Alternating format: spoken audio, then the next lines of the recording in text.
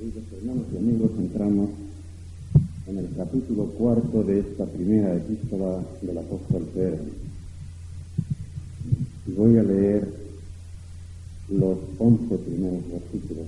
No sé si llegaremos a estudiarlos todos, miraremos al reloj para no pasar de las 9, que tenemos tiempo para los 3 días que quedan. Voy a leer primeramente los versículos porque siempre nos ayudan para tenerlos en consideración después. El apóstol empalma, como es natural, con el capítulo anterior, porque ha terminado diciendo que Jesucristo murió y resucitó. Y en esta muerte y resurrección nosotros somos salvos. Esto está simbolizado en el bautismo.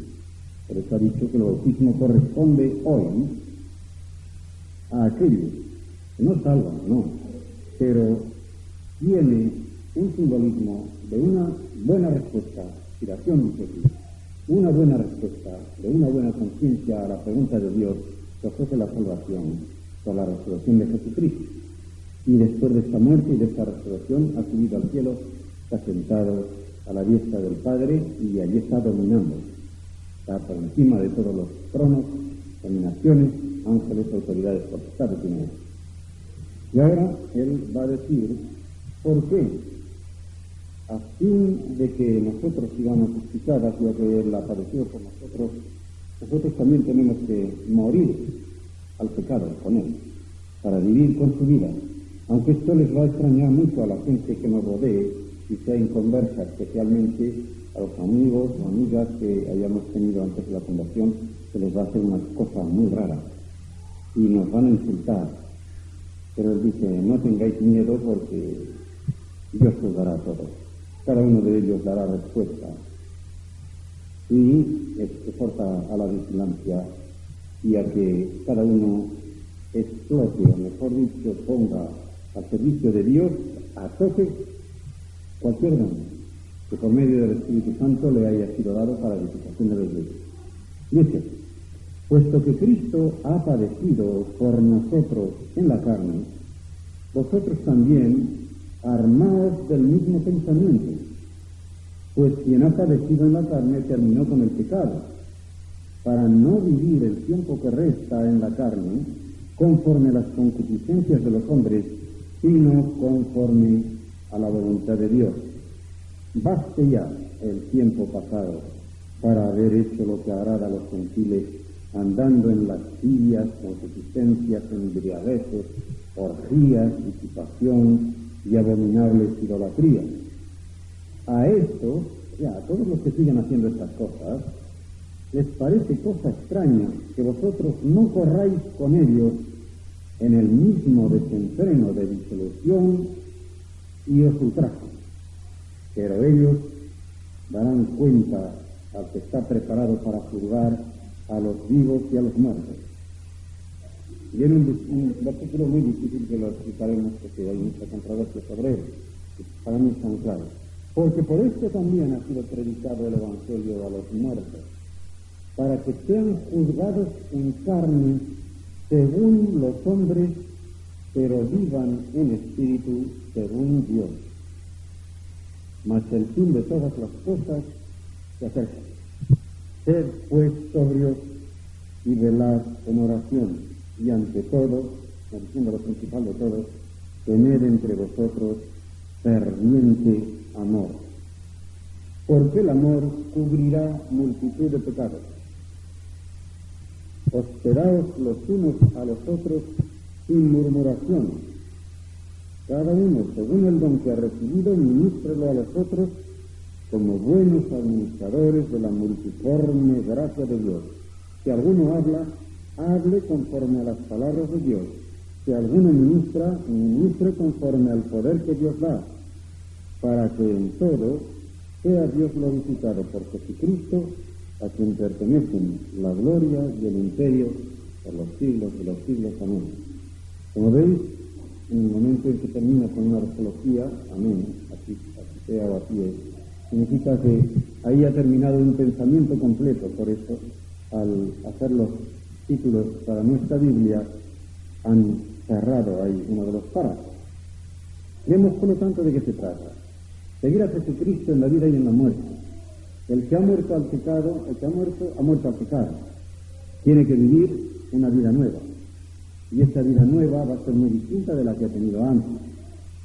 Los que siguen como antes son peces que van por la corriente, siguiendo la corriente, y se encuentran con los que van pisadeando vivos. Les extraña mucho eso, que no sigan con ellos y les insultan. Vamos a ver palabra por palabra qué dicen. ¿Puesto que? O sea, ¿a causa de qué? Y ya que Cristo ha padecido por nosotros en la carne, Él se ha ofrecido en sacrificio a nosotros en el Calvario, como consecuencia, lo ha hecho por nosotros en cuanto víctima, lo ha hecho en representación de nosotros en cuanto sacerdotes. Y Él es nuestra cabeza, tenemos que seguirle. Por lo tanto, si Él ha padecido, armaos, dice, del mismo pensamiento. Armaos, ¿por qué dice armaos? Porque en realidad, de la misma manera que el apóstol Pablo en Efesios 10 dice que el cristiano es un militante, es un soldado que tiene que pelear con una multitud de enemigos, y esa multitud de enemigos no son hombres de carne y hueso, sí que lo son también, pero no son más que marionetas movidas por otros poderes más altos. Por eso el apóstol allí en Efesios 6:10 dice: no os engañéis, nuestra lucha no es contra carne y sangre, quiere decir, no es contra hombres. En realidad nuestra lucha es contra el demonio, contra esos poderes espirituales, huestes de maldad que habitan en las regiones celestiales, en el primer cielo atmosférico, donde los judíos situaban al demonio vigilando su feudo, viendo el dominio que se le había concedido, no por propio derecho, sino porque el hombre se había entregado a él por el pecado. Y allí está vigilando y luchando, sobre todo, no con los que tiene bajo su dominio, esos ya son suyos, y los tiene bien esclavizados, bien encadenados, sino contra los que se han soltado de esas cadenas, a ver qué daño les puede hacer. Y por eso dice que el cristiano tiene que armarse con toda esa armadura, con una armadura completa que le llegue de la cabeza a los pies, no queda ninguna parte del cuerpo sin armar, para que no penetre por ninguna parte un dardo del enemigo. Eso lo explica en Efesios 6, que no lo vamos a decir ahora. Pero aquí sí dice armaos, y pone la propia palabra de allí, oplisasei, oplos es arma. Oplos es arma, sobre todo arma defensiva. Y allí en Efesios 6 pone panoplia, porque significa armadura entera. Vosotros sabéis, o habéis podido oír, y esto se ve todavía en algunas casas especialmente nobles, que en el atrio tienen una cantidad de armas adoptadas y tal como ornamento. Eso es lo que se llama una panoplia, es decir, un conjunto de armas de todas clases, de las que se usaban especialmente en la Edad Media. Pues bien, el creyente tiene también una panoplia espiritual. El Espíritu Santo no le ha dejado desarmado. Sabe que va a tener una lucha muy grande, y le ha dado armas de todas clases. Pero lo curioso que hay en Efesios 6, 10 y siguientes es que todas, absolutamente, el enemigo la tiene encima. Y lo que repite una y otra vez allí el apóstol Pablo es: no tengáis miedo, tenéis armadura completa, pero lo que tenéis que cuidar es de no caer, resistir, estar firme. Lo repite 4 veces en cuatro versículos. Estar firme. ¿Por qué no dice avanzar? Porque el cristiano no tiene por qué avanzar, y tiene ya la guerra vencida, tiene la guerra ganada. Jesucristo le ha ganado la guerra. Lo que tiene que hacer es no caer allí donde está. No le van a quitar nadie del terreno de la victoria, pero sí le pueden hacer caer allí mismo. No le quitarán del terreno de la victoria. El cristiano tiene la seguridad que tiene todo el creyente de que es salvo, pero le podrán hacer mucho daño. Y Pablo quiere que no sufran tampoco este daño, sino que por medio de esta armadura, ya que tienen ganada la guerra, ganan también todas las batallas. Aquí el apóstol Pedro no le interesa sino una sola arma, la del pensamiento. Por eso dice: oplisasei, teniendo el que en auten ennoian, armaos del mismo pensamiento. El mismo pensamiento quiere decir que todos nosotros los que somos creyentes pensemos lo mismo y con un criterio bien unificado, con unos criterios acerca de la vida, tanto de lo de afuera como de lo de adentro, pensando igual de los valores espirituales, pensando igual de los valores de la vida, de lo que significa una cosa y otra, y teniendo unanimidad en todo lo que es vital para la salvación, estemos armados contra cualquiera que nos quiera atacar, porque al estar unidos no encontrarán ninguna fisura por donde entrar. Cuando los cristianos no están unidos dentro del mismo pensamiento en las cosas que afectan a la salvación, el enemigo puede entrar y hacer estragos. Puede enemistar a unos con otros, dentro de la misma congregación. Puede enemistar congregaciones unas con otras. Puede hacer que un cristiano no crezca como debería de crecer. Puede hacer estragos en ese sentido.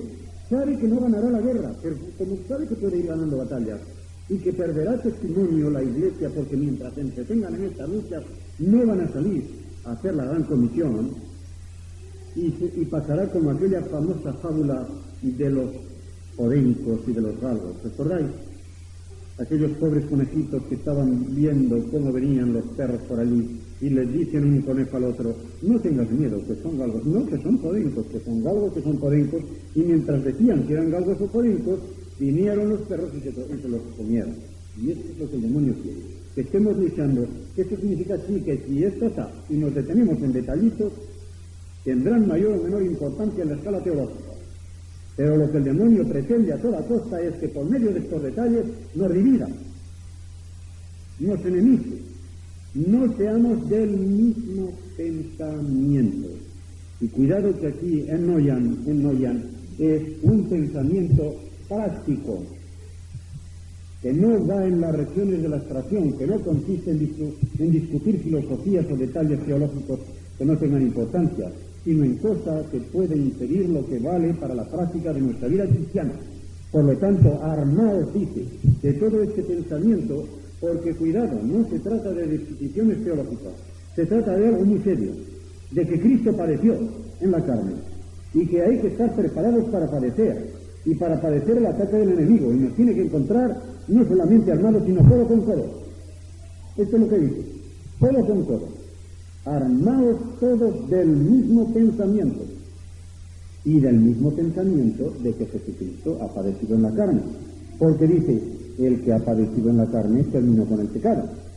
¿Sabéis? Este pensamiento lo tiene el apóstol Pablo en Romanos 7, en que lo pone de una manera mucho más fuerte y con una comparación muy bonita, porque dice: cuando una mujer está casada, se debe a su marido, de tal forma que si se va con otro, la llamarán adúltera.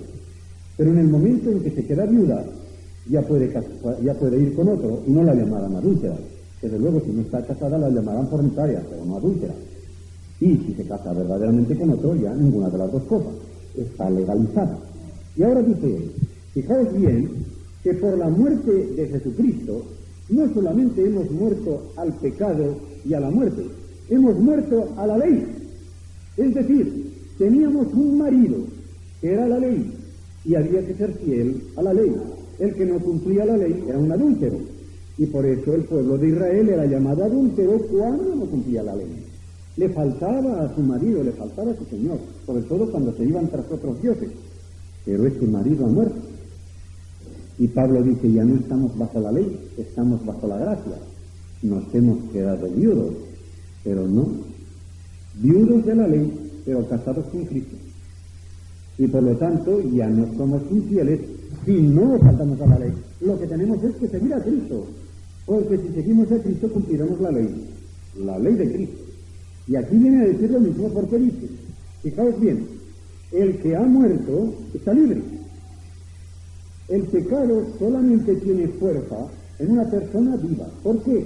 Porque el pecado se hace fuerte por medio de nuestras concupiscencias, por medio de todo lo que hay en nuestra carne, no en nuestro cuerpo, en nuestra carne. Morimos, estamos libres de pecado. El pecado nos acusa mientras estamos vivos, pero en el momento en que hemos muerto ya no hay acusación, pues dice: hemos muerto, y hemos muerto con Cristo, hemos muerto a la carne, y por lo tanto hemos terminado con el pecado. De la misma manera que Cristo ha padecido por nosotros en la carne, armados del mismo pensamiento codo con codo, y habiendo padecido también con Él en la carne, habéis terminado con el pecado. Y como con Él habéis resucitado a una nueva vida, que todo esto va adelante, a causa de la resurrección, sois salvos, y eso es lo que estaba figurado en el bautismo, lo otro ha quedado atrás. No volvéis la vista atrás, no miréis al tiempo pasado. Y dice, ya basta con el tiempo pasado. Bastante habéis pecado ya en el tiempo pasado. Baste ya el tiempo pasado para haber hecho lo que agrada a los gentiles. No quiere decir, está bien con lo que hiciste entonces. No. El sentido de basta es como diciendo, bastante mal lo hiciste ya. No sigáis haciendo mal. Bastante mal lo hiciste ya. En este sentido, baste ya el tiempo pasado. ¿Por qué? ¿Qué hacíais en este tiempo pasado? Lo mismo que agrada a los que nos han convertido. ¿En qué consistía vuestra vida? Lo vamos a ver en el original, que nos dará algunas. Arquetó suficiente ya todo lo que ha pasado para cumplir la voluntad de los gentiles, lo que agrada a los gentiles. ¿Andando en qué? Aselgeiai, lascivia. Esta palabra, aunque aquí la traduce por lascivia, igual que en Gálatas 5:19, significa principalmente una lascivia especial. Por una parte, homosexualidad, y por otra, un deseo constante de lo sexual, un deseo desordenado, fuera de lo legal, fuera de lo legítimo, concupiscencias epitimías, o sea, lo que es desordenado en el amor, en el deseo, concupiscencias, embriagueces, hoy no liguíais, llenos de vino, orgías, common. Propiamente orgías aquí no viene a decir lo que significa para nosotros la palabra orgía como bacanal, ¿verdad? Sino unos banquetes tremendos en que se come y se bebe a discreción, y luego se dicen cosas impertinentes porque uno ya va demasiado bebido, ¿verdad? Es a lo que se llama propiamente orgía. Comer y beber sin tino y luego soltar la lengua y decir cosas impertinentes. Esto es lo que dice. Disipación. Esta es una palabra muy bonita, sobre todo en latín. Porque, aunque aquí le ha dado la vuelta, todos somos hipotois, porque el hipotois es el que significa la embriaguez, el del que bebe mucho. La disipación es una palabra compuesta de disáteres, que significa que uno, por ejemplo, tiene un frasco de esencia, y esta esencia es de mucho valor. Cuanto más valor tiene, a veces se dice la buena esencia en frasco pequeño es tremendo, ¿verdad? Bueno, esto no tiene que ver, pero en el momento en que se destapa, la esencia se va. De modo que disipación significa que uno abre todas las ventanas de su ser y todo lo que es bueno de él se sale fuera. Ahora bien, ¿cómo sucede esto en el hombre? Esto sucede en el hombre cuando, por tener una vida excesivamente sensual y carecer de silencio y de vida interior, esta persona vive de todo lo que ve. Es decir, hace que la concupiscencia interior que hay fuera tenga cebo en todo lo que hay en el exterior. De la misma manera que el apóstol Juan, en 1 de Juan 2, 16, 17, está diciendo que todo lo que hay en el mundo, los deseos de la carne, los deseos de los ojos, la vanagloria de la vida, no proviene del Padre, sino del mundo. Y todas estas cosas pasan, todas estas cosas degradan al hombre. Tiene que decir, el mundo entero nos está ofreciendo cero. No hace falta más que pasar por cualquier lado para ver que el mundo nos va presentando cebos de todas clases. Y no solamente cebos en el sentido del sexo. Cebos de todas clases. Una persona que se disipa es que abre el tapón y toda su esencia la saca al exterior. Todo su ser que debería estar recogido en el espíritu para Dios y consagrado a Dios, lo saca por esas ventanas, lo malgasta, lo derrota. Esto es lo que en realidad significa disolución o disipación. Dice, esto es lo que erais, y entregados a abominables idolatrías. Abominables idolatrías. Cuidado, muchas veces pensamos que idolatría, en los sentidos, significaba el ponerse de rodillas o el ofrecer sacrificios a aquellas estatuas, aquellos ídolos que para ellos significaban unos dioses. Pero tanto el apóstol Pablo como el apóstol Juan, seguramente eso es lo que significa el final de la epístola de Juan cuando dice, y cito, huid de los ídolos, y llaman idolatría a un vicio especial, es a la avaricia. A la avaricia. ¿Y sabéis por qué?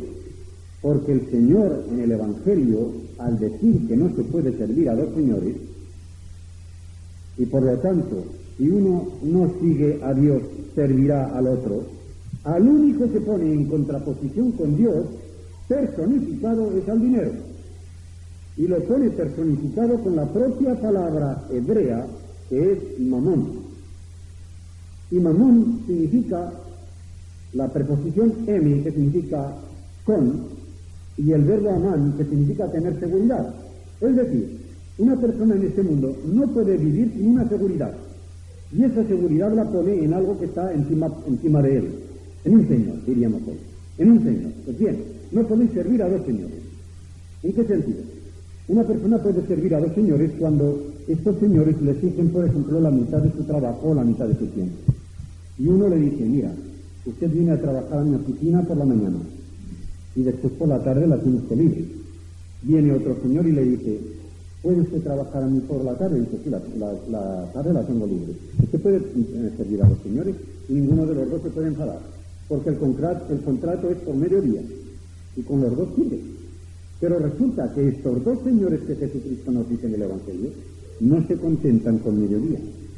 Quieren el tiempo entero y la persona entera, el uno para bien y el otro para mal. Mamón, el dinero que está aquí personificado, está como el instrumento principal que tiene el diablo para echar a perder a la humanidad. A nosotros nos parece que no, que hay otras cosas peores, pero no. Es que el dinero es cuando se convierte en amo y deja de ser esclavo, es el que abre las puertas de todos los libros. Por eso está aquel refrán castellano que dice, poderoso caballero es don dinero. Y hasta allá en aquel cantar del arcipreste de Ita, aquel famoso epigrama en que dice, si tienes dinero tendrás consolación, y sigue diciendo, hablando de que si tienes dinero tendrás perdón, porque claro, le pagas al Papa y tendrás bula y tendrás perdón, y le pagas a los curas y tendrás perdón, y pagas y tendrás... O sea, como diciendo, con el dinero se consigue todo en este mundo. Por lo tanto, qué amo tan grande, qué caballero tan poderoso es el dinero. Si una persona no tiene nada, al día siguiente lo encuentras millonario porque le ha caído una quiniela a la lotería, y todos son amigos y cómo le gusta toda la sombra, ¿verdad? Y no solamente eso, que pronto vienen abogados y notarios y tal para sacarle dinero. Y incluso constructores, yo le haría un apartamento, ¿cómo que le ha caído usted? Todo es amigo, ¿por qué? Le ha caído un gran amo. Un gran amo. Ahora bien, yo digo muchas veces, qué mal amo es el dinero, es el peor. Pero qué criado tan bueno. Qué criado tan bueno. Dios no nos prohíbe que tengamos dinero. No nos prohíbe que hagamos dinero. Tal de que lo usemos bien. Lo que nos prohíbe es que seamos esclavos del dinero. El dinero tiene que ser esclavo nuestro. Y así lo usaremos como Dios quiere que lo usemos. Porque si nosotros estamos consagrados a Dios, todo lo que tengamos también tendrá que estar consagrado a Dios, incluido el dinero. Y por lo tanto, si tú te has consagrado a Dios, tu dinero, que es tu siervo, servirá también a Dios. Y cuántas cosas buenas se pueden hacer con ese dinero. Yo repetía esta misma frase en los cultos que teníamos en nuestra capilla de los hermanos de Lugo, y le decía yo al pastor que estaba delante de mí, no sufriríamos las apresuras que sufrimos aquí, que hay que poner sillas por detrás hasta en el corral, y abrir las puertas y tener aquí corriente, porque no tenéis dinero para hacer una capilla mayor, ¿verdad? ¡Ay, qué siervo tan bonito sería el dinero! Si lo tuviéramos para ensanchar una capilla y tener un órgano mejor y tener unos de los salones para la escuela dominical. ¡Qué bueno! ¡Qué buen siervo es el dinero cuando es siervo! Pero fijaos bien, cuando el dinero se convierte en amo, es tan mal amo como el demonio. Así como el demonio es tan mal pagador y está poniendo cebo para que le sigas, ya verás que bien lo vas a hacer. Y después ahí te dejan la cuneta. ¿Qué ha hecho el demonio por nosotros? Jesucristo sabemos lo que ha hecho por nosotros. Ha venido a dar su vida, pero el demonio no ha dado la vida por nadie. Y no habiendo dado la vida por nadie, quiere la vida de todos. Y no la quiere para salvación, la quiere para perdición. La quiere para perdición. ¿Qué amo tan malo? Por eso se dice, qué mal paga el demonio a sus traidores. Qué mal paga el demonio. Y qué mal paga el dinero. Porque una persona que pone su corazón en ese dinero, está día y noche solamente pensando cómo se llama, cómo mi negocio, tal. No le dejan ni dormir le deja.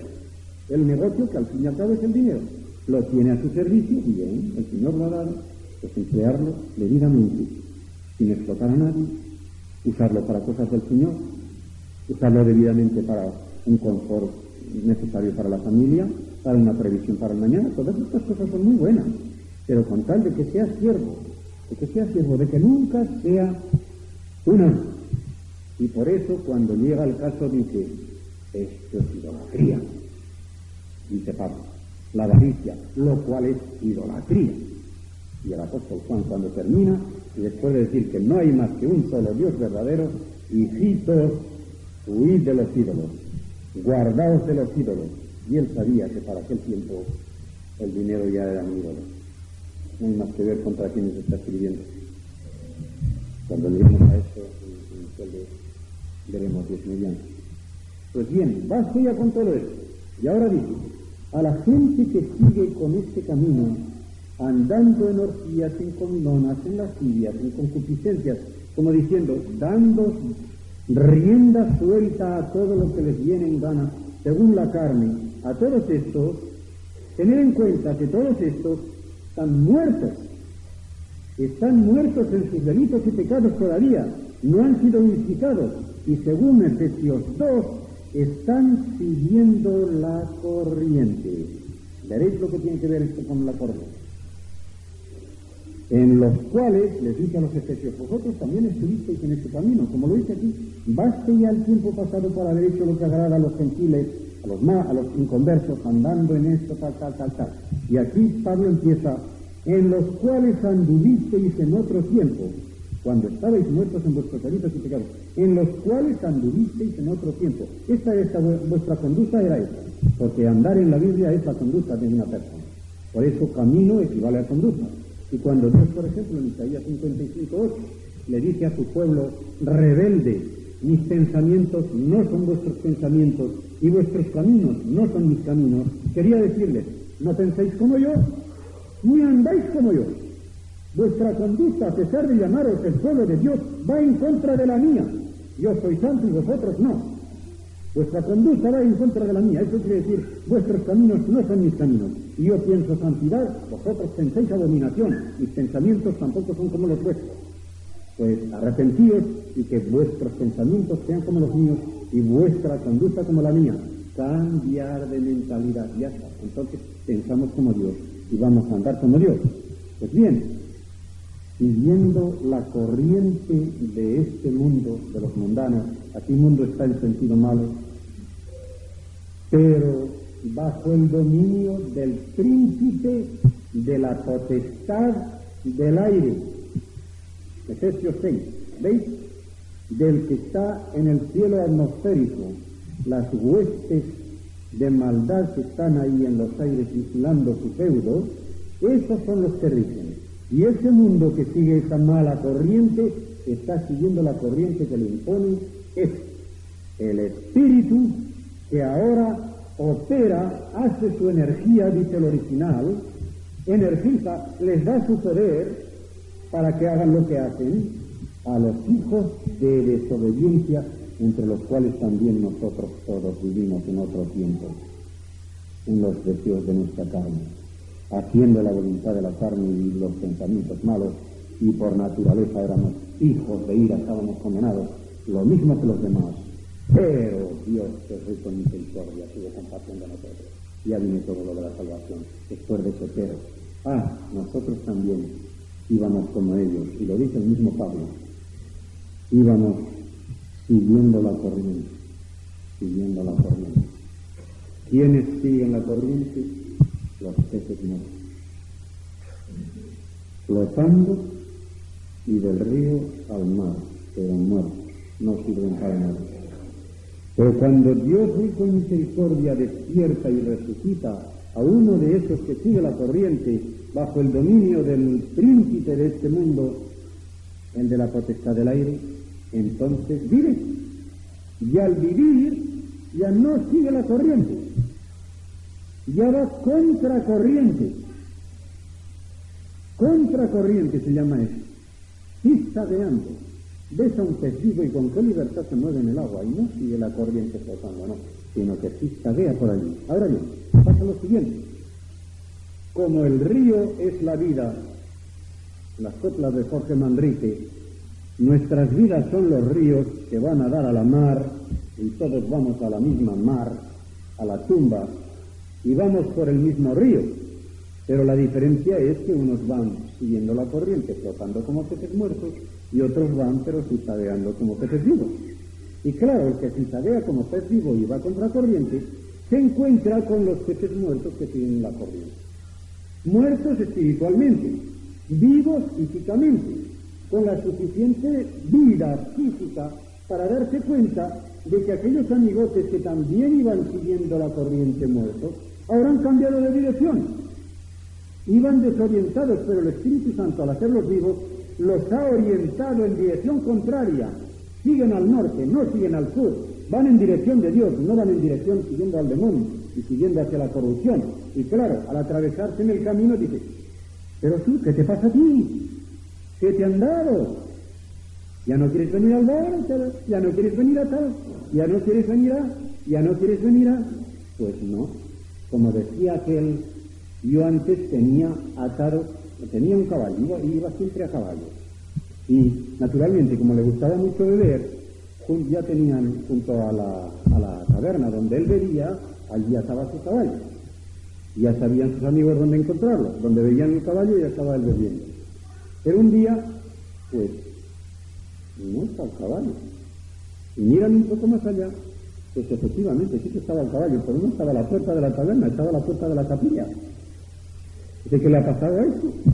Dice, ¿y tú ya te has cambiado de lugar? Dice, no, mi caballo ya está atado en otro lugar. Mi caballo quería decir, o sea, lo que me dominaba ya no está allí. Yo ya no voy allí, yo ahora voy aquí.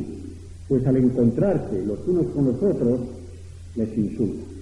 Porque el mayor insulto que hay para un inconverso, que ha tenido un amigo inconverso antes, pero después convertido, la rabia mayor es que vaya por otro camino. Es que no vaya con él, que no le siga, que no vaya con él a los mismos lugares donde iba. ¿Qué te pasa? ¿Qué te pasa? ¿Por qué no vienes? Razón de la esperanza. ¿Qué esperas? ¿Qué te dan allí? ¿Qué te dan en la capilla? ¿Qué te dice ese que te predica? Por lo bien que se pasa allí, por lo bien que se pasa allí. Pero ese otro, como ha sido vivificado y ha sido reorientado, sabe que a lo que a él le dice pasar bien, lleva una amargura final tremenda. Y lo que el otro piensa que es pasarlo mal y aburrirse, este que ha sido vivificado por el Espíritu Santo y orientado, sabe que no hay tal cosa. Si yo preguntara a los que estáis aquí, ¿os aburriríais más o menos en otras partes que os dijera yo? Porque si es así, pues unos cuantos viviendo aquí, porque podríais estar diciendo en otros sitios. ¿Quién os ha traído aquí? Porque nadie os ha traído de la oreja, ¿verdad? Luego, no es verdad que ha habido un movimiento dentro de vosotros que os ha dicho, vais a una parte donde vais a enriquecer vuestro ser personal, donde vais a ser mejores, donde vais a adquirir un día una cosa que dé significación y sentido a vuestra vida, que os dé verdadera felicidad un día. ¿No vais a satisfacer algo que no encontrabais antes donde ibais? De lo contrario, es una necesidad, es una necedad. Pues bien, esos no pueden comprenderlo, y no pueden comprenderlo porque siendo todavía el hombre natural no percibe las cosas que son del Espíritu y les son locura. Por eso dice esto de San Cristiano. ¿Qué droga les habrán dado? Aquí te han drogado, aquí esa gente está drogada, los protestantes están drogados, la gente que te han dicho ahí, la Biblia, así como insultan, no pueden verlo. No pueden verlo, que no tienen los ojos del corazón iluminados y por lo tanto les parece cosa extraña, cosa rara. Es decir, el creyente o al creyente no se le odia por ser bueno, por ser buena persona, porque en este mundo no hay quien odie a una persona bondadosa. Se le odia por ser diferente, no por ser bueno. ¿Sabes bien? Porque esto tiene mucha importancia. No se le odia por ser bueno, sino por ser diferente. Y aquí la palabra que pone es extranjerizante. ¿Qué cosa tan rara? Semixontai, son como extranjeros. A estos les parece que sois una gente venida de otros planetas, que sois completamente extranjeros, porque de lo contrario llevaríais una vida, la corriente en este planeta. ¿Habéis venido de Marte o de dónde habéis bajado? ¿En algún ovni? Para vivir una vida que no es la de este mundo, porque la vida de este mundo ya sabemos la que es. Esto es lo que significa aquí, les parece cosa extraña, les parece que estáis extranjerizando, que sois unos extranjeros que no corren con vosotros hacia el mismo exceso de disolución. La palabra que hay aquí por disolución, asocias, es la misma que se dice en el capítulo 15 del Evangelio de San Lucas, de aquel desgraciado hijo que pidió toda su herencia a su padre para malgastarla con prostitutas. Y parece que era una buena herencia, porque el padre era rico, no es más que ver los criados que tenía. De modo que el dinero que se llevó de casa y pidió todo lo que le pertenecía de herencia, y el padre no se lo negó, no le quitó la libertad. Ahí va, tú tienes libertad, tú verás cómo la usas. ¿Y cómo usó? En qué poco tiempo este hombre gastó toda la fortuna, y la gastó de tal manera que se encontró tan destituido. Cuando tenía dinero tenía muchos amigos, qué jolgorio, ay, qué bien se pasa, todos iban con él a beber y a disfrutar eso, y a casa de prostitutas con él, porque él les pagaría todo. Claro, hacer pues con el dinero, solo faltaba que me pagaras tú la ronda, hombre. Pero fíjate, si tengo la cartera llena de billetes, una injuria, esta ronda la pago yo y la que viene también. Así iría, como vemos a mucha gente que hace hoy lo mismo, porque tiene la cartera llena de billetes y quiere tenerse el orgullo de decir, no, a mí no me pagas tú la ronda la pago yo. Y a beber, a cosa, ya yo soy el que pago. Eso es lo que hacía el desgraciado de él. Hasta que llega un día en que echa mano a la cartera, pues no te dan ningún billete. Aquí me lo he gastado todo. Y entonces desaparecen por un canto todos los años. Y dice el Evangelio con una expresión tremenda, un verbo que es el mismo que sale al final del capítulo 2 de Génesis, para decir cómo tiene que unirse el hombre con la mujer. La mayor unión que hay, colecesetai,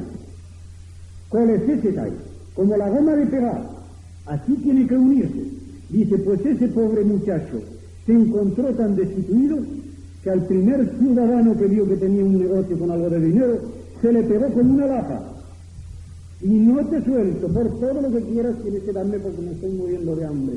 Y tan insistente se puso que dijo, pues ¿en qué te pondría yo? Desgraciado, si tú no sabes nada porque no has llevado una vida solamente de riqueza, si no sabes clavar un clavo.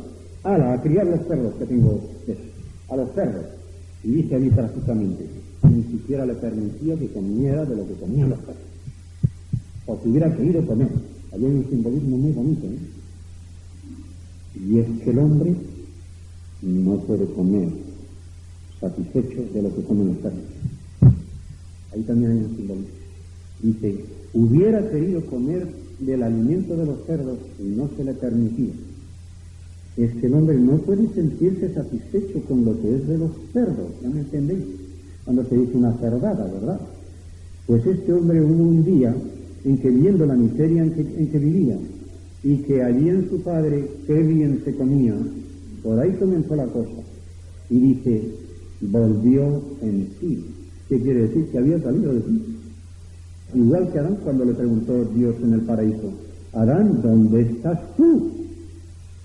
Como diciendo, no estás en el lugar donde te pertenece. Tú ya has salido de ti. Has salido de ti mismo. Has huido de mí, pero has huido de ti mismo también. Te has disipado, todo tú se ha ido por esas ventanas del pecado. Y volvió en sí. Y en el momento en que se recogió a meditar, allí comenzó la conversión de este tipo. En cuanto comenzó a pensar, ay, yo aquí me muero de hambre mientras que en casa de mi padre hasta los más bajos criados que bien comen. Me levantaré. Ahí está la decisión. E iré a mi padre y le diré, no soy digno de que me tengas que hacer esto, pero por lo menos tenme como uno de mis criados. Esta es la vida anterior. Esta es la vida de todos los que hemos estado lejos de Dios.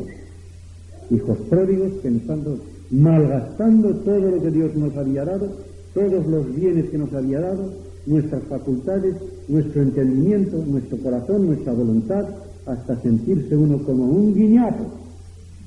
Yo he visto subir a mi despacho, después de un culto de domingo, a un chico que los jóvenes que salen a invitar a las personas antes del culto habían logrado traer, y aquello era un verdadero guiñazo. Comenzó a contarme su vida, y a los 20 años, ¡qué destrozo!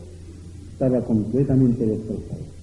Drogas, prostitutas, de todo, un destrozo. Anarquista, y me llega a decir, sé que nuestros jefes nos engañan, hasta eso.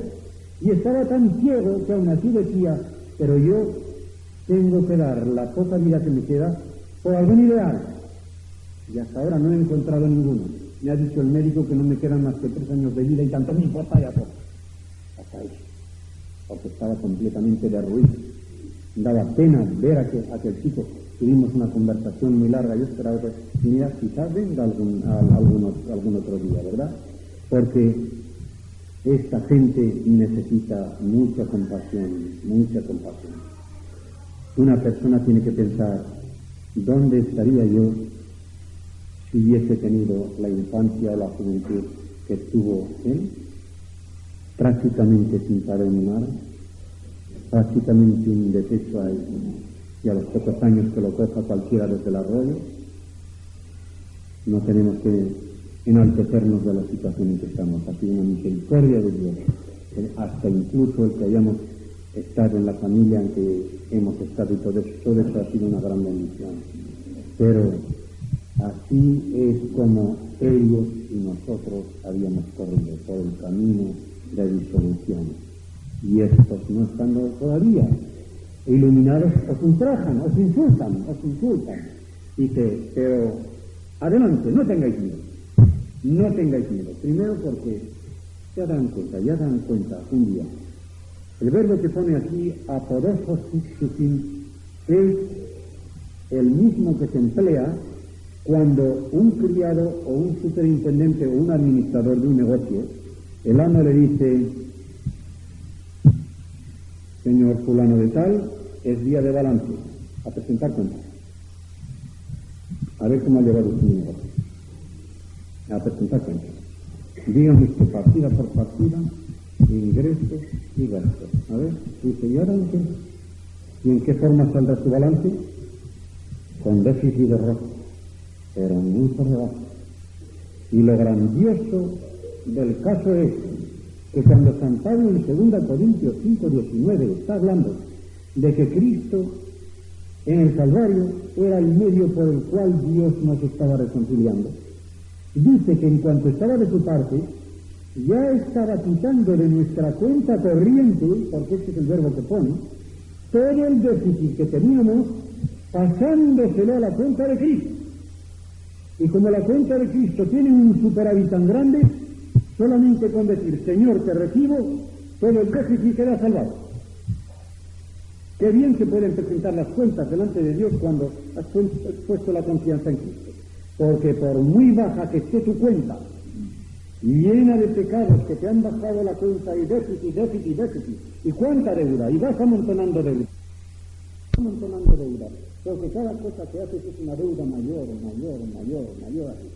y Dios no te pide que pagues ni un solo céntimo de esa cuenta, solo te pide que te acojas a la cuenta de Cristo, porque en ese propio momento toda la deuda. Dios ha hecho esta transacción en el Calvario, no teniéndoles a los hombres en su cuenta corriente, esta es la palabra, porque es el mismo verbo que expresa Pablo en la epístola a Filemón, y allí se trata de cuenta corriente. Allí le dice, si en algo te ha hecho daño, te ha perjudicado, te ha robado, ponlo en mi cuenta.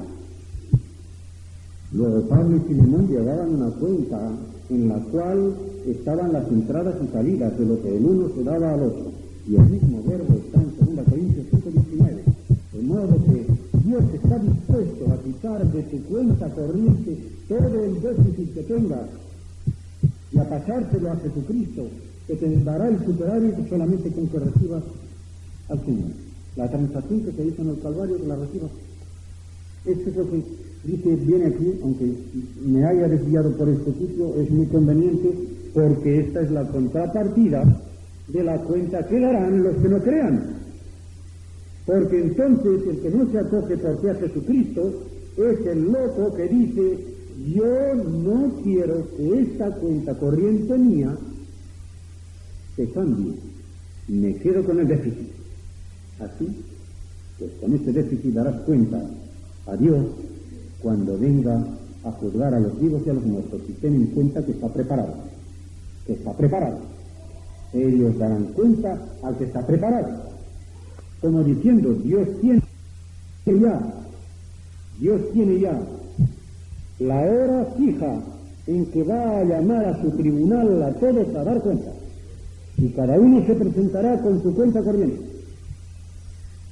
y cada uno tendrá que pagar por lo que haya hecho, y aquel que no haya creído en Cristo se encontrará con un déficit terrible. El que haya creído en Cristo se encontrará con su superávit. Y dice, el fin de todas las cosas se acerca, cuidado, el fin de todas las cosas se acerca. Sed pues sobrios, controlados, velad porque el Señor está cerca y está en oración. No me he equivocado, no, me he dejado un versículo en medio, pero porque ahora se explica mejor. El apóstol Pedro lo ha intercalado entre los dos, aunque con el de adelante y el de atrás se explica mejor, porque ahora dirigiéndose a los fieles, a los creyentes, no a los incrédulos como algunos han creído, dice, el Evangelio les fue predicado a los muertos, que son creyentes, que eran creyentes, pero que dieron un mal testimonio. Y como dieron un mal testimonio, fueron sacados de esta vida prematuramente. El paralelo es 1 Corintios 11, 28 y siguientes. Fijaos lo que dice. Pruébese cada uno a sí mismo, está hablando de la cena del Señor, y coma del pan y beba de la copa. Porque el que come y bebe indignamente, sin discernir el cuerpo del Señor, juicio come y bebe para sí. Juicio. No condenación, pero sí juicio. ¿Y en qué forma lo va a juzgar el Señor? Lo dice. Por eso mismo hay entre vosotros muchos débiles y enfermos, y muchos duermen. No estaban echándose la tierra, estaban en el cementerio. La palabra misma que hay aquí, y con la cual los cristianos llamaron al cementerio, significa dormitorio, porque el que es creyente no muere en realidad, duerme. Claro, la gente se ríe, los incrédulos se ríen cuando se dice que el creyente cuando muere duerme, pero duerme porque va a ser despertado, y será despertado para vida, por la resurrección. Y dice, pero de todas maneras, aunque son creyentes y serán resucitados, han sido prematuramente sacados de este mundo por dar un contratestimonio. Eso lo dice, por eso, por lo cual, por no saber discernir, hay muchos enfermos y débiles entre vosotros. Enfermos quiere decir los que tienen fiebre, y debilitados los que han quedado inválidos por artritis o por lo que sea, que no tendrán fiebre, pero han quedado inválidos de alguna manera. Y los que vuelven en los que están muertos. Y ahora dice, ahora bien, estos que han sido muertos porque han dado un mal testimonio, hasta los de fuera se dan cuenta de que algo ha pasado allí. ¿Y qué es lo que piensan? Pues no era tan malo, castigo de Dios.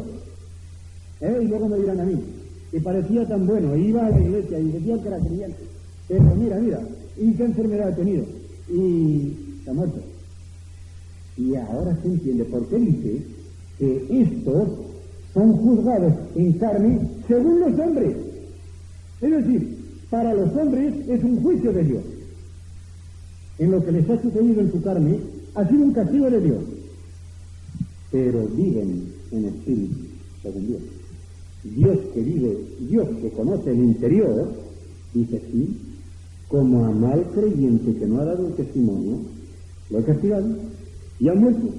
Y la gente cree que ha ido de veras, o sea, que se le ha dado lo que merecía y que quizá no ha sido salvo. Pero yo sé que en su espíritu ha sido salvo, aunque yo he tenido que aplicarle esta disciplina punitiva. Esta tarde leíamos en una reunión de señoras, en casa de Manuel González, las 3 clases de disciplina que Dios da: punitiva, preventiva y promotiva.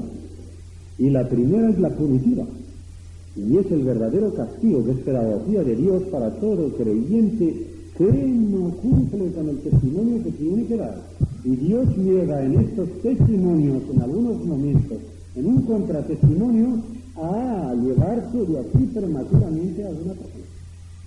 Si no es remover el candelero, lo que se le dice a la iglesia de Éfeso: mira, que como no vuelvas al primer amor, yo removeré el candelero.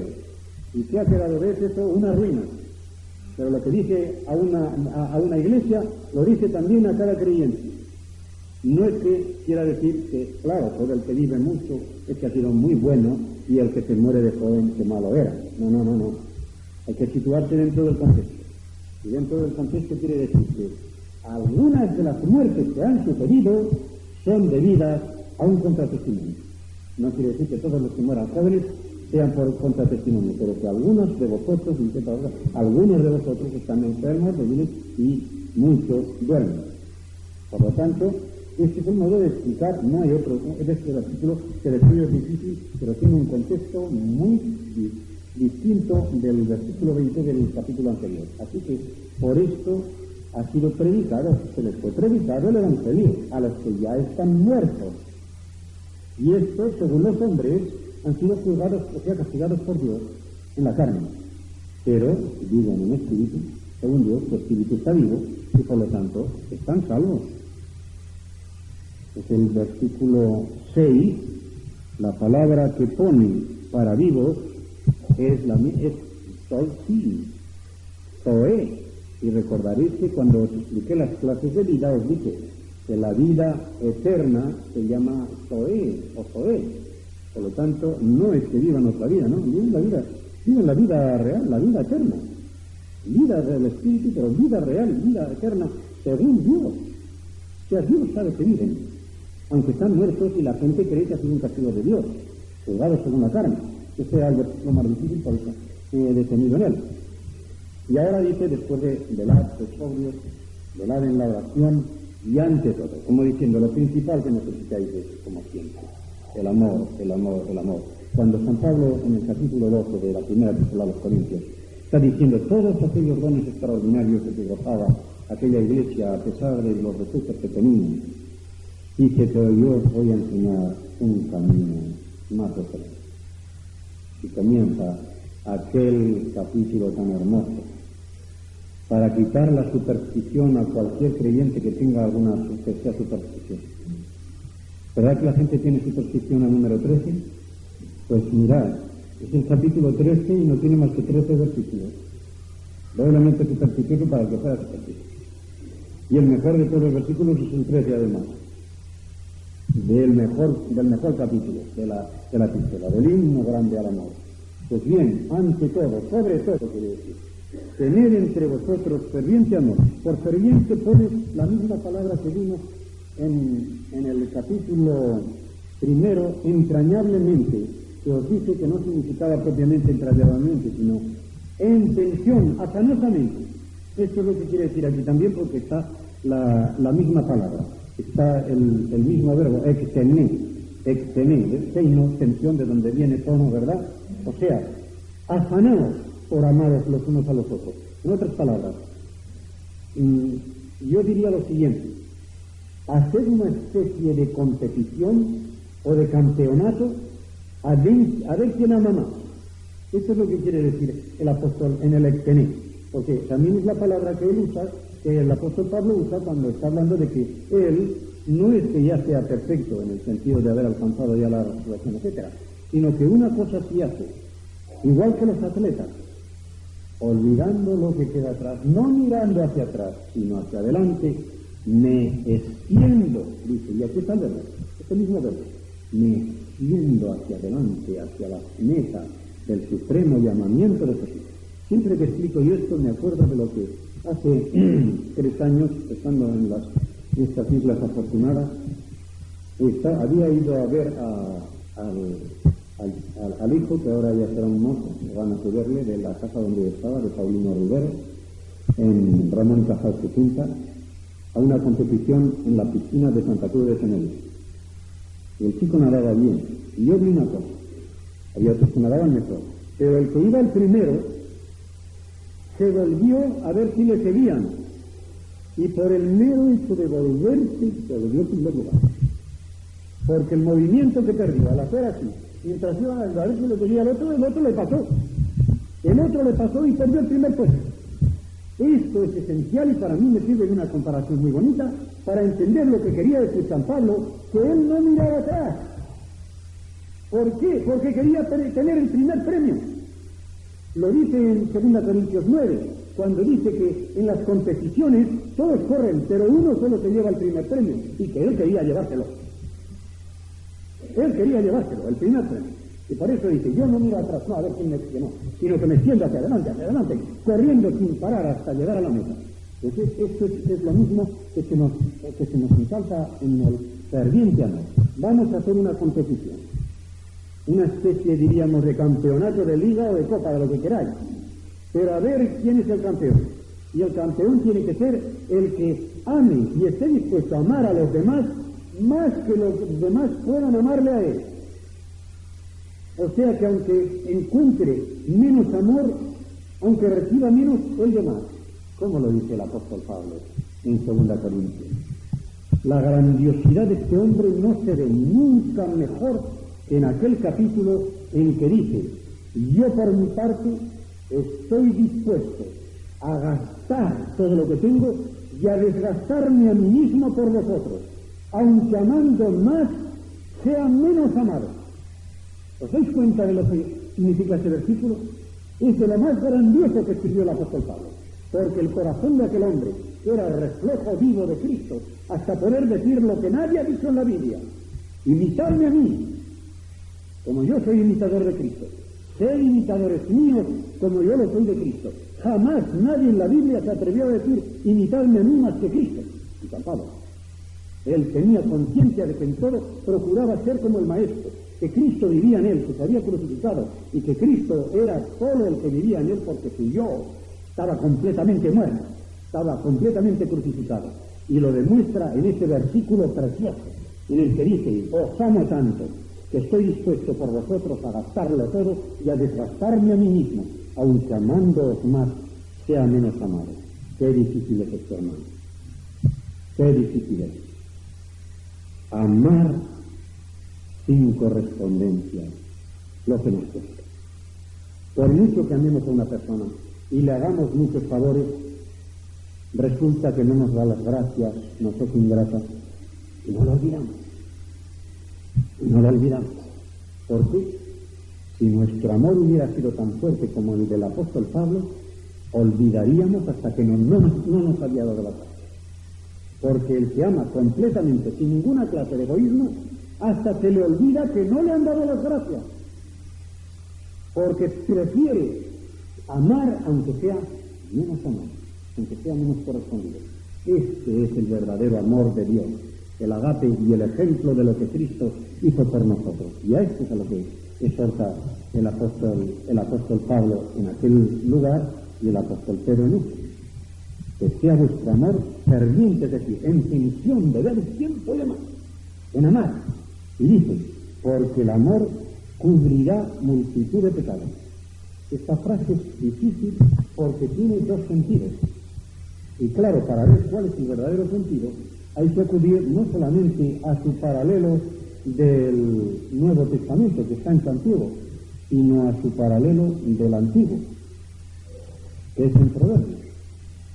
En Proverbios 10:12, que lo vamos a mirar porque es muy interesante para verlo, en qué sentido lo dice él y en qué sentido lo dice Santiago, porque hay quien lo entiende mal esto de cubrir pecado.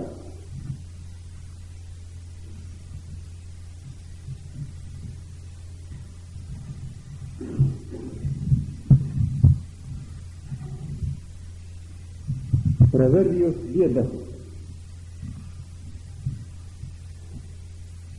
Manantial de vida, dice el 11, manantial de vida es la boca del justo. Lo que sale por allí es para edificación. Pero violencia cubrirá la boca de los impíos. O sea, la boca del malo está llena de insultos, de palabrotas, es lo que quiere decir. El odio despierta rencilla. O sea, el que odia no hace más que chismes, envidia, celos, crear enemistad. El que odia no se contenta con odiar a otros, sino que quiere que otros dos se odien entre sí. Se esparza el odio como el que ama quiere que se esparza el amor. Pero el amor cubrirá las faltas. El amor cubrirá las faltas. ¿Qué quiere decir? Y cuando se ve el paralelo con Santiago, porque Santiago está hablando de lo que tiene que hacer una persona con los demás para salvarlos. Y dice, hermanos, así termina la persona, si alguno de entre vosotros se ha extraviado de la verdad y alguno le hace volver, esto da mucho entusiasmo a toda persona que tiene interés por salvar a un pariente, a un amigo, a un vecino o cualquier persona. Que sepan que el que haga volver al pecador del error de su camino, salvará de muerte un alma y cubrirá multitud de pecados. Y hace la misma referencia. Cubrirá multitud de pecados. Hay dos maneras, por lo tanto, de cubrir los pecados.